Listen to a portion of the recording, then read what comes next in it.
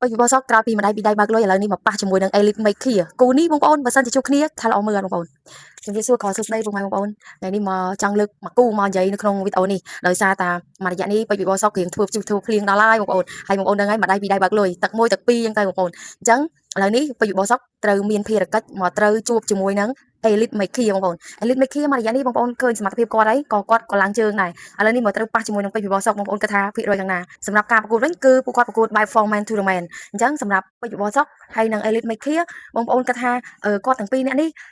គាត់ថាវា100ថាច្រើនជាងបងប្អូនយល់រួមទៅមានតែបិទផ្នែកសម័យឯងប៉ុន្តែបើសិនជាខ្ញុំជឿជាក់លើបច្ចុប្បន្នសក់ប៉ុន្តែពិបាកថាទេណាបងប្អូនបច្ចុប្បន្នសក់ណាបើសិនជាមកប្រកួតណា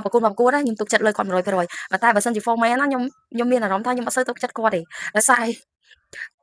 គូជុំមួយបងប្អូនគាត់ធ្វើបានល្អហើយភាគច្រើនគឺទឹកមួយទឹកពីរអញ្ចឹងទៅប៉ុន្តែដល់ពេលឡើងជុំពីររៀងអត់សូវទុកចិត្តគាត់ទេតែយ៉ាងណាមិញសំខាន់លើការបង្ហាត់របស់គាត់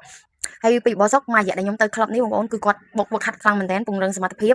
បន្ថែមទៀតដោយសារតាអាកាសគឺដែរមានទេបងប្អូនអាកាសមិនចេះតែមានទេណាបងប្អូនការប្រកួត forman to man ការប្រកួតនៅតាមខ្សែក្រវ៉ាត់ការប្រកួតនៅតាមពៀនមិនមែនចេះតែកម្មវិធីរៀបចំឲ្យទេគេមើលលើសមត្ថភាពកីឡាករដែរអញ្ចឹងណាអញ្ចឹងលើកនេះពីបោះសុកមានឱកាសទៅប្រកួត forman to man ហើយកីឡាករខ្មែរមួយរូបដែលគេត្រូវ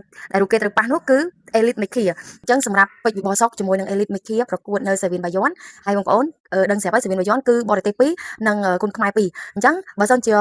ជុំមួយពួកគាត់ឡើងទៅជួបគ្នានៅពាក់ផ្ដាច់ព្រាត់គឺដឹងតែឡូវមើលហើយប៉ុន្តែខ្លាចតែមានម្នាក់ធ្លាក់អញ្ចឹងណាត្រូវទៅជួបបរទេសប៉ុន្តែបងប្អូនគិតថាពេជ្របោះសុកឬក៏ elite makia ជាម្ចាស់ពានបងប្អូននៅក្នុងការប្រកួត forman tournament នេះហើយយ៉ាងបងប្អូនពេជ្របោះសុកមួយរយៈនេះរៀងនិយាយរួមដាក់ផ្ទុះមកវីដេអូគាត់បងប្អូនហើយការប្រកួតរបស់គាត់មួយគឺធ្វើឲ្យបងប្អូនជក់ចិត្តសំខាន់គឺម្ដាយពីដៃបាក់លុយទៀតអញ្ចឹងទៅមើលថាលើកនេះពេជ្របោះសុក